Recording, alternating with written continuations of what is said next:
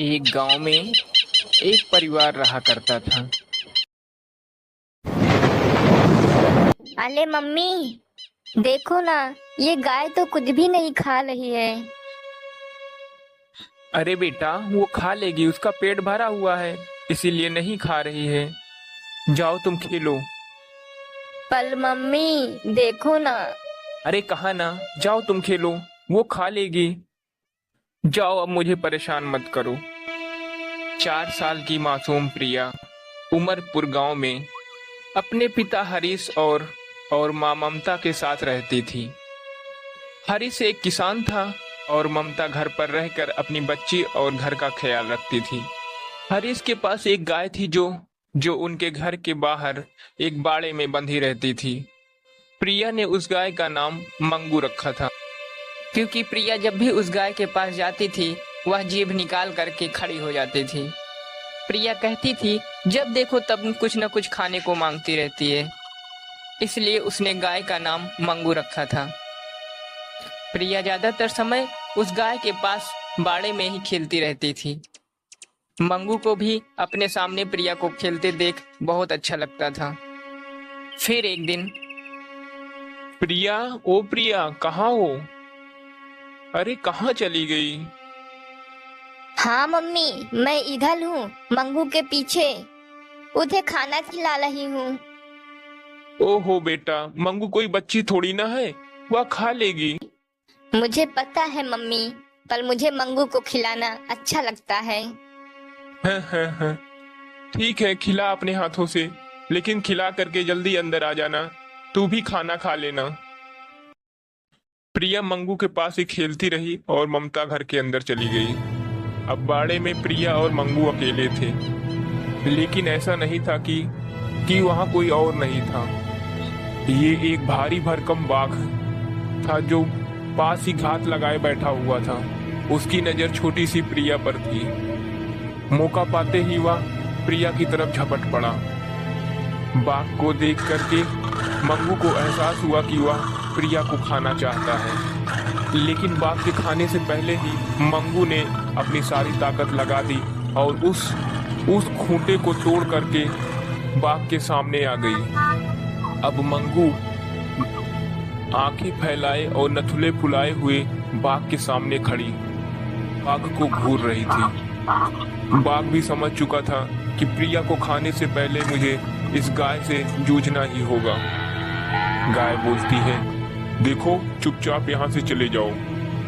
बाघ बोलता है, तू भूल गई है क्या कि तू एक गाय है और मैं एक बाघ हूँ। मुझे धमकाने की हिम्मत तुझ में कहाँ से आई? ये मेरी बच्ची है, तुझको इस तक पहुँचने से पहले मुझसे लड़ना होगा। एक इंसान की बच्ची के लिए इतना प्यार, ऐसा क्या है इसमें? तुझे अगर इतनी ही प्यारी है तो इसे खाने में और भी मजा आएगा। मैंने कहा ना, चुपचाप चले जाओ यहाँ से। वो अपनी बात पूरी कर पाती कि उससे पहले ही बाघ उस पर झपट पड़ता है। मंगू भी बिना कुछ सोचे समझे उससे भिड़ गई और दोनों में घमासान युद्ध होने लगा। बाघ अपने नुकीले पंजों से उस पर वार करता रहा और मंगू ने भी अपनी सींगों से उसको उठा उठा कर फेंकती रही। उधर प्रिया छिप करके ये सब देखती रही। आखिरकार मंगू के हौसले की जीत हुई और बाघ को वापस जाना पड़ा और बाघ लड़खड़ाते हुए जंगल की तरफ वापस चला गया। तब प्रिया बाहर निकली और मंगू से जाकर लिपट गई और प्रिया लिपट कर उससे रोने लगी। तब तक ममता भी वहां आ गई।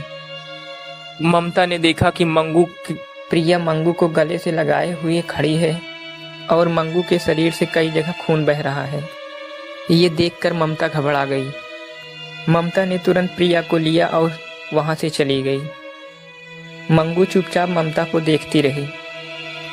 ममता ने एक बार भी उसके बदन पर हाथ नहीं फिराया, जबकि मंगू प्रिया के लिए अपनी जान पर खेल गई। फिर उसी शाम, सुनो जी, मंगू को छोड़ना होगा। पर क्या हुआ? पर ऐसा क्यों? क्या किया उसने? जरा जाके उसकी हालत देखो। पता नहीं किससे भिड़ करके आई है। भीड़ कर आई है मतलब? पता नहीं किससे लड़ पड़ी है। पूरे शरीर पर घाव ही घाव है। मुझे तो लगता है कहीं पागल तो नहीं हो गई है। उसका भी यहाँ रहना ठीक नहीं है। छोटी सी बच्ची है घर में, सुबह से सहमी हुई है। क्यों, उसे क्या हुआ? मुझे कुछ नहीं पता। आप अभी जाओ, उसे कहीं छोड़ कर आ जाओ। अच्छा ठीक है, मैं जाकर अभी देख कर आता हूँ। हरीश पीछे बाड़े में गया तो उसने देखा कि मंगू उदास बैठी थी। उसके शरीर पर कई जगह घाव थे जिनमें से खून बह रहा था। ये देखकर हरीश के आंखों से आंसू आ गए। उसके घाव देखकर हरीश को लगा कि शायद कि अब मंगू बच नहीं पाएगी, और हरीश मंगू को अपनी आंखों के सामने मरता नहीं देख सकता था। उसने मंगू की रस्सी हाथ में ली और जंगल की तरफ चल दिया। मंगू भी लड़खड़ाते हुए उसके पीछे पीछे चल दी। काफ़ी दूर चलने के बाद हरीश मंगू की रस्सी हाथ से छोड़ दी और मंगू के सिर पर हाथ फिरा करके वहां से चला आया। मंगू उसे जाते वक्त एक तक देखती रही, लेकिन हरीश के साथ उसको रोकने या उसे साथ जाने की कोशिश नहीं की और मुंह लटकाए जंगल की तरफ बढ़ गई। दर्द और भूख से परेशान मंगू एक पेड़ के नीचे बैठ गई कि तभी उसे किसी के रोने की आवाज़ सुनाई दी। अरे ये क्या, ये तो किसी के बच्चे की रोने की आवाज़ है। मंगू आवाज़ की तरफ धीरे धीरे बढ़ने लगी।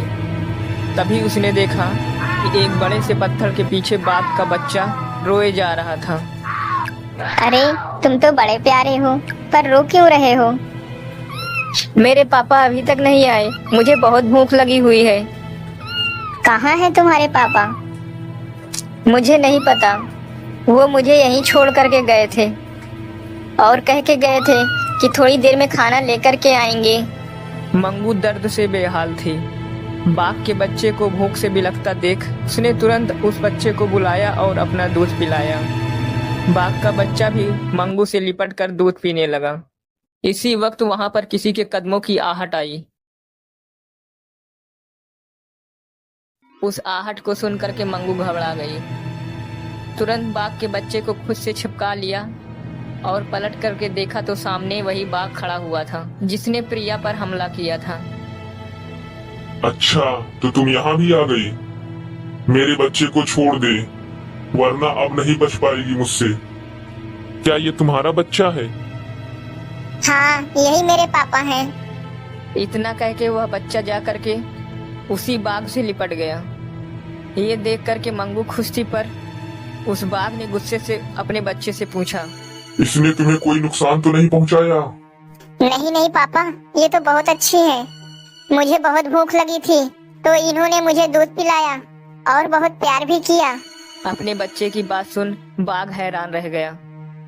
उसका नजरिया मंगू के प्रति एकदम बदल गया। वह मंगू के पास आया और बोला, मुझे माफ कर दो, मैंने तुम्हें गलत समझा। मुझे लगा कि मेरे बेटे को नुकसान पहुंचाने आई हो। मैं भूल गया कि उस दिन तुमने एक इंसान की बच्ची के लिए अपनी जान पर खेल गई थी। कोई बात नहीं। अच्छा, तो मैं चलती हूँ। रुको, वैसे तुम यहाँ क्या कर रही हो? वहाँ तुम इंसान के पास रहती थी। मंगू ने उस बाघ से कुछ नहीं कहा और अपनी आंखों में आंसू लेकर के दर्द भरी आवाज से चली गई। वो चलते हुए लड़खड़ा रही थी। वो देख करके बाघ के बच्चे ने कहा, ये कितनी अच्छी है, पता नहीं किस गंदे जानवर ने इन्हें चोट पहुंचाई है। बाघ के पास अपने बच्चे के सवाल का जवाब नहीं था। मंगू वहां से चली गई और रात भर जंगल में भटकती रही। और अगले दिन उसी बाघ ने देखा एक शेर मंगू की जान लेने की कोशिश कर रहा था और मंगू उसका ताकत के साथ मुकाबला कर रही थी, पर उसकी हालत खराब थी और वह कमजोर पड़ रही थी। मंगू की जान खतरे में देख करके बाघ शेर से भिड़ गया। फिर दोनों ने मिलकर के शेर को भगा दिया। बाघ मंगू को अपने साथ लेकर अपनी गुफा में ले गया। मंगू को देख करके बाघ का बच्चा बहुत खुश था। वो मंगू के घावों को चाटने लगा। बाघ वहां से चला गया। मंगू उसके बच्चे के पास बैठ गई। ऐसे ही कई दिन बीत गए। बाघ हर रोज शिकार करता और उसका बच्चा मंगू के साथ खूब खेलता। वक्त गुजरा, मंगू के घाव भी भर गए और वो बिल्कुल अच्छी हो गई। फिर एक दिन, मुझे यहाँ बहुत दिन हो गए हैं, अब मुझे चलना चाहिए। बाघ बोलता है। लेकिन तुम जाओगी कहाँ? उसी गांव में। हो सकता है कोई इंसान मुझे फिर से अपना ले। उसी गांव में हो सकता है कि फिर से कोई इंसान मुझे अपने पास रख ले। वैसे भी गाय घरों में ही अच्छी लगती है, सड़कों या जंगलों में नहीं। ठीक है, पर तुम्हारा एहसान है मुझ पर। कभी भी तुम्हारी कोई भी मदद मैं कर सकूं तो मुझे बहुत खुशी होगी।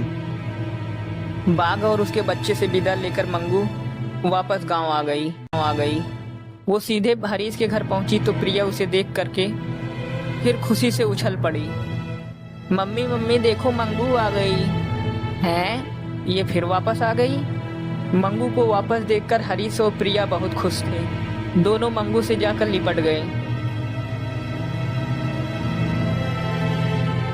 तभी पीछे से वहां किसी के गुर्राने की आवाज आई। वहां दो भेड़िए खड़े थे जो हरीश और प्रिया को घूर रहे थे। उस भेड़िए को देखकर प्रिया और हरीश बुरी तरह घबरा गए। लेकिन अगले ही पल झाड़ियों के पीछे वही बाघ निकला और मंगू के साथ जाकर के उन दोनों भेड़ियों के सामने खड़ा हो गया। और उसे देख ममता और हरीश को अपनी गलती पर एहसास हो गया और सारी परिस्थिति वह समझ गए और उन्होंने मंगू को बड़े प्यार से वापस अपना लिया। अब मंगू के पास दो परिवार थे। एक जगह वो प्रिया उसकी बच्ची थी, दूसरी तरफ एक जंगल में वो बाघ का बच्चा, बाघ के बच्चे की माँ थी। कहानी यहीं समाप्त होती है। धन्यवाद।